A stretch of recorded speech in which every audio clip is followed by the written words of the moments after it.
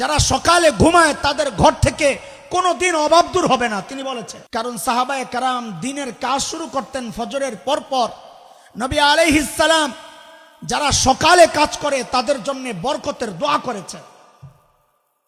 আমাদের জন্য দুর্ভাগ্য, আমরা সকাল ঘুম দিয়ে শেষ করি, বরকত আসবে কোত্থেকে?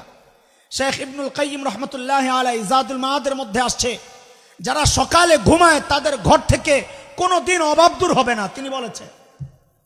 বিশেষ করে মাদ্রাসার ছাত্ররা আমরা সকালে একটু না ঘুমাইলে সারা দিনটা বেকার। বলে ভাই নাস্তা করছো? বলে হ্যাঁ করছি। বলে কি দিয়া নাস্তা করছো? বলে ঘুম দিয়া। কি দিয়া? এমনই তো আলোচনা হয়। পরদিন সকাল ফজরের পরপর সাইয়্যিদিনা ওমর বুড়ির বাড়ির দরজার সামনে যায়া দরজা নক করে বলে, বারে আপনার ঘরের কাজগুলো করার জন্য আমি ওমর ইবনুল খাত্তাব হাজির।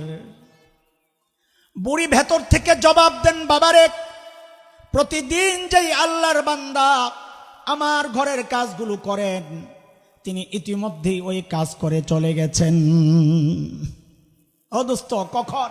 ফজরের পর আইসা হযরত ওমর কাজ পায় না।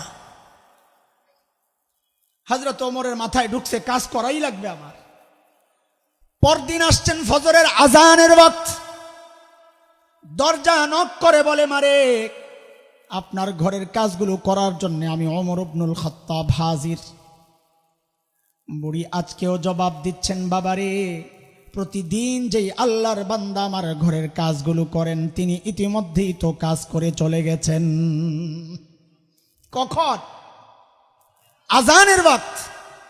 হযরত ওমর চিন্তা করলেন তাইলে আমাকে আরো সকালে আসা লাগবে। ওই চিন্তায় হযরত ওমর পরদিন তাহাজ্জুদের ওয়াক্ত বুড়ির বাড়ির সামনে দরজা নক করে বলে, মারে আপনার ঘরের কাজগুলো করার জন্য আমি ওমর ইবনুল খাত্তাব হাজির। কখন? কখন?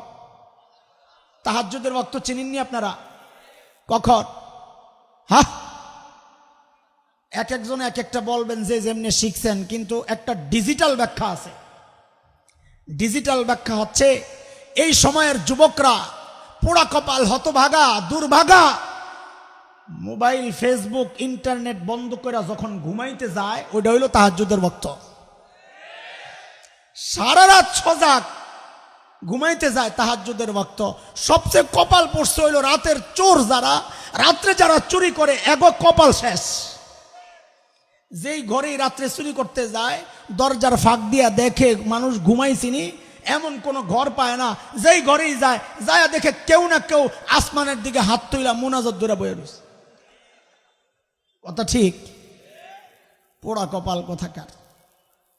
তাহাজ্জুদের ওয়াক্ত হযরত ওমর যায় হাজির।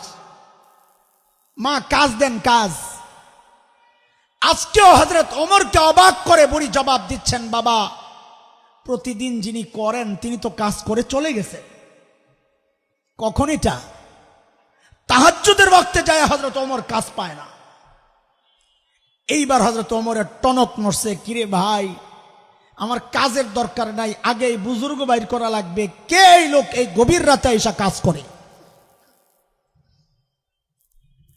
পরদিন এশার নামাজের পর সাইয়্যিদিনা ওমর ইবনুল খাত্তাব রাদিয়াল্লাহু আনহু বুড়ির বাড়ির সামনের এক ঝোপের আড়ালে চুপচাপ বসে আছেন। দেখবেন এই গভীর রাতে কে কাজ করতে আসে।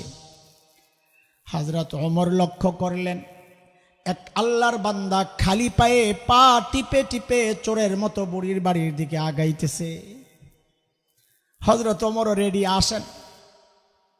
যেই না সামনে আসছে হযরত ওমর দাঁড়ায় গেছেন। মানামতা, হাই কে আপনি? বাপরে, হযরত ওমরের যে আওয়াজ! রাতও গভীর, মানুষটাও একা। এইরকম কোন সিচুয়েশন আর পরিস্থিতির মুখোমুখি যদি আমি হতাম, কেউ হঠাৎ দাঁড়ায় যদি বলতো হাই কে, আমি তো সাথে আমার কাপড় চোপড় নষ্ট হয়ে যেত। কিন্তু হযরত ওমরের ওই আওয়াজে ওই ব্যক্তি ভয় পাবেন থাক দূরের কথা, বরং হযরত ওমর যাকে দেখেছেন দেখা নিজেই চমকায়া গেছেন। দেখেন ইনি আর কেউ না, খলিফাতুল মুসলিমিন আবু বকর সিদ্দিক রাদিয়াল্লাহু আনহু। হযরত ওমর তো অবাক হয়ে গেছেন। আবু বকর আপনি?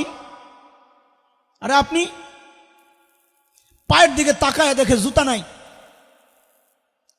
হযরত ওমর আবু বকরকে বড় মহাব্বত করতেন, লাইগা থাকতেন। লাইগা মানে বেশি আমল করার লাগা, এটা গুতাগুতির লাগা না, প্রতিযোগিতা, বেশি আমল করবে।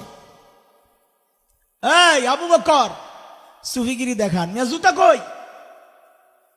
খালি পায়ে আসছেন কেন? আহারে সরল সোজা আবু বকর জবাব দিচ্ছেন, ওমর, জুতা পরলে চটচট আওয়াজ হয়, মানুষের ঘুম নষ্ট হবে, মানুষের ঘুমের ব্যাঘাত ঘটবে, এই জন্য আমি জুতা খুলে আসছি। ইসলামী শাসন ব্যবস্থার সৌন্দর্য এগুলা। শীর্ষ ব্যক্তিত্ব জুতা খুলে রাতে হাঁটে যেন জনগণের ঘুম নষ্ট না হয়, অথচ ঘুম তো দূরের কথা, জনগণের জানের তো কোনো নিরাপত্তা নাই।